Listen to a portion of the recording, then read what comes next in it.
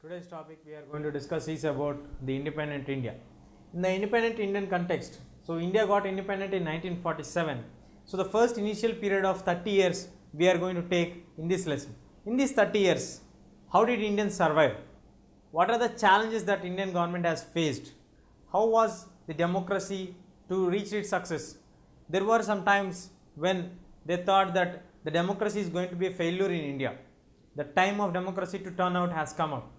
So let us see all these details in this lesson, but before going to that, let us discuss what did Mr. Ambedkar mention on the final day of the Constituent Assembly. See here, on 26th Jan of 1950, Dr. B.R. Ambedkar expressed his view that equality, we are going to come into the view of contradictions, the stage of new journey. In this new journey, we are going to discuss about the equality in social and the economic life. The equality in the social and economic life means that providing equal opportunities for everybody in the society to lead a happy and prosperous life, at the same time to provide them the opportunities to get the pure economic life, which means the purpose of business or for them to earn their livelihood in a clear cut manner. There is no discrimination based on any other criteria. At the same time, we have one more great principle, that is one man, one value. He may be a rich person or a poor person, but he should get the same value and same treatment. That is why in the constitution it is mentioned that one person has the voting right of only one value. So one person, one value, one vote makes a real sense. But keeping in view of the present scenario or the real context of the Indian nation, Mr. B.R. Ambedkar also rightly pointed out that if the equality in social and economic life are not at all accepted, and only for the name's sake, if the constitution survives, then it troubles in the political democracy. Then it leads to us for a democratic nation where in reality where there is no equal value for every person, and if every person is not same at the context of same value, then the political democracy or the entire democracy will be in peril. It may be just killed away. So in order to maintain the perfect democracy, we have to follow this.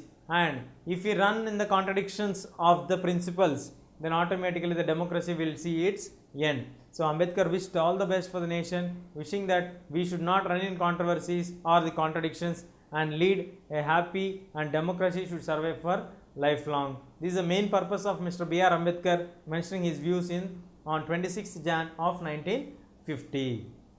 What happened next? What are the major challenges? We'll discuss.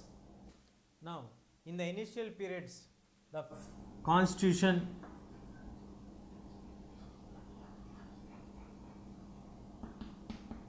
was framed. Now, as soon as the constitution was framed and we got the constitution into effect, we got the elections and we got the government, or literal meaning is the leaders. Now, the basic task of the leaders is that they have to bring the development of the nation, they have to maintain the unity of the nation, they have to maintain the integrity of the nation.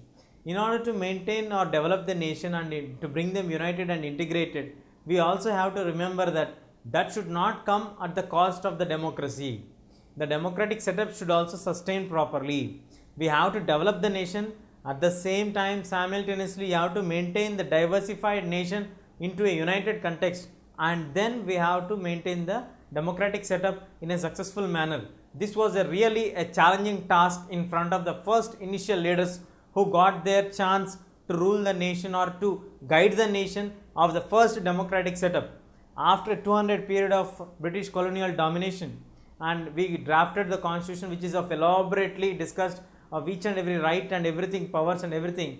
Then we came to an idea that we should have a systematic elections, universal adult franchise. Then we moved on to frame the nation's goals, the intention, and everything should be correlated at the same time. People should be treated equally. These all were the different challenging tasks in front of the first government which came into power in 1952. What happened in the first elections? What was the percentage of the voting? How did the people come to get voting rights there? Did the people have any idea about it? If the people don't have idea, how did the government have brought them into the idea? What are the changes that government has brought? How did people get the knowledge of the election voting system? Because prior to this, there was no universal adult franchise, existing in our nation. Only just 1% to 10% of the people are known of utilizing how to right of the vote. So let us see what happened. We will discuss.